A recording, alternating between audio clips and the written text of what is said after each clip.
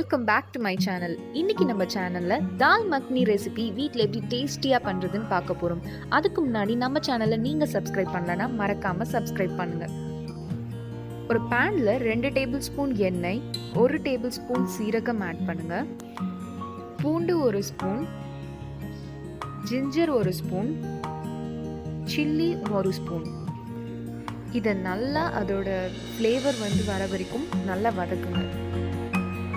Next 2 பெரிய வெங்காயம் பொடியாக நறுக்கி வச்சுருக்கோம், அதை இப்போ ஆட் பண்ண போகிறோம்.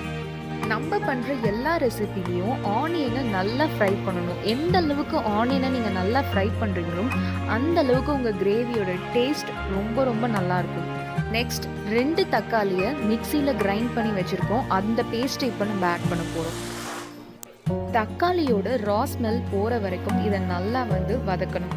Next 1 tablespoon chilli powder, 1 tablespoon சீரகம் powder, 1 tablespoon garam masala,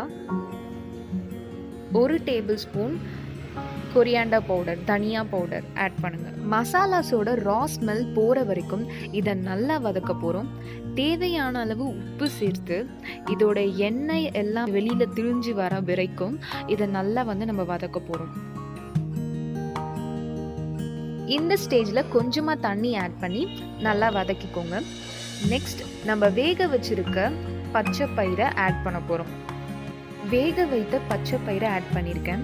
இதை நல்லா மிக்ஸ் பண்ணிவிட்டு நீங்கள் வேக வைக்கும் போது இருந்த அந்த தண்ணியே ஆட் பண்ணி நல்லா மிக்ஸ் பண்ணிக்கோங்க. Garam masala 1 spoon and kasuri methi 1 spoon add பண்ணி இதை நல்லா மிக்ஸ் பண்ணுங்கள். அரௌண்ட் ஒரு 10 மினிட்ஸ் கழித்து இது ஒரு நல்ல கிரேவி கன்சிஸ்டன்சி வந்ததும் பட்டர் இல்லைன்னா அது 1 டேபிள் ஸ்பூன் ஆட் பண்ணுங்கள்.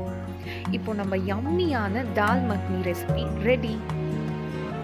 ஸ்டவ் ஆஃப் பண்ணிவிட்டு இப்போ நம்ம அதை சர்வ் பண்ண ரெடி பண்ணலாம்.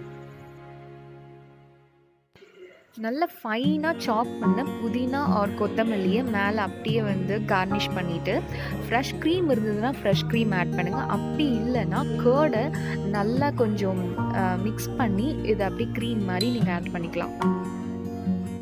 இன்றைக்கி நம்ம சேனலில் ரொம்ப ரொம்ப டேஸ்டியான ரெசிபி பார்த்தோம். இதே மாதிரி இன்னும் நிறைய இன்ட்ரெஸ்டிங்கான ரெசிபி பார்க்கணுன்னா நம்ம சேனலில் மறக்காமல் சப்ஸ்கிரைப் பண்ணுங்கள்.